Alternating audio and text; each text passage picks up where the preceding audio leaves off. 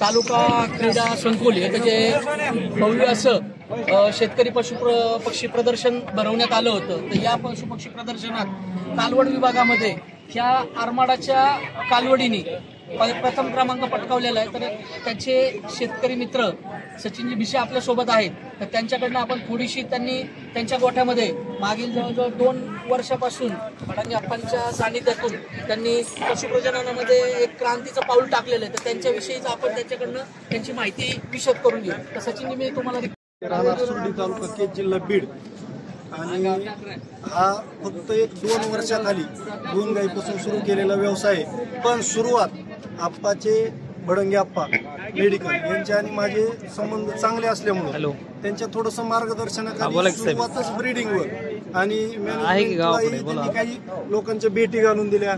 लगड sir असतील यांचं मार्गदर्शन असतं, तर सुरुवातीला आरमाडा या वळूचं सिमन उपलब्ध होत नव्हतं।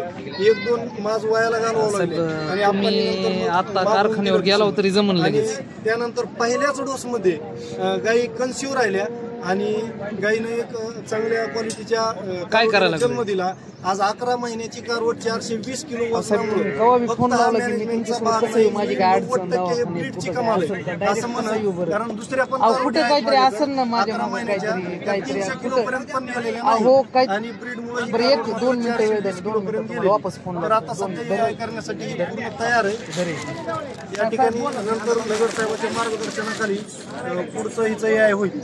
नमस्कार मित्रांनो, जर आपण इथं जर बघितलं तर तिच्या तोंडाची जी रुंदी आहे, लांबी आहे, ती बघा। वरती हा जो एक गोंड्यासारखा प्रकार आहे, हा प्रॉमिनंटली HF कॅरेक्टरिस्टिक्स आहेत। जे मजल आहे ते पूर्ण ओलं तुम्हाला दिसेल, आणि त्यासोबत जर तुम्ही बाकीचं बघितलं, जर कलर स्पोर्ट जर बघितला, या अंगावरची शाईन बघा। याच्यासोबत मेनली हे जे खुरामध्ये जे बघतो आपण पांढऱ्या कलरचं असतं, तर हे पूर्ण ब्रीड HF क्वालिटीचं म्हणू शकतो आपण। आणि ह्याच्यामध्ये थोडंसं कुठंतरी अजूनही क्रॉस ब्रीडचा अनुवंश असल्यामुळं ही खुरं पांढऱ्या कलरची झालेली नाहीत। तर इथून पुढं या गायीसोबत मी बाकीच्या शेतकरी मित्रांना एक रिक्वेस्ट करेन की तुम्ही गायी खरेदी करत असताना त्या गायीची जर खालची खुरांची जी काही आकार आहे, रंग आहे, हा जर पांढऱ्या कलरचा असेल तर आपल्याला हे ब्रीड हे प्युअर HF कडे गेलेलं दिसेल। अंगावरचा कोट बघा तुम्ही, अंगाच्या कोट सोबत जर जी मेन काशी गाय म्हणतो आपण की ज्याच्यामध्ये जास्तीत जास्त प्रमाणात शेतकऱ्याला मस्टायटिसला आता तो झुसतोय, तर तो मस्टायटिस हा आजारच होणार नाही। तर साहेबांनी जसं सांगितलं, ही कालवड जवळजवळ 11 महिन्याची झाली आहे, पण हिला कुठेही कासेचा गंध दिसत नाहीये। ज्यावेळेस ही गाई कास करल, म्हणजे ज्यावेळेस ही गाई गाभण राहील, तर हिचा जो काही अटॅचमेंट आहे त्या अटॅचमेंटमुळे कास ही तिची अंगची राहिल्यामुळं ह्या गायीला 200% मस्टायटिसची अडचण येणार नाही।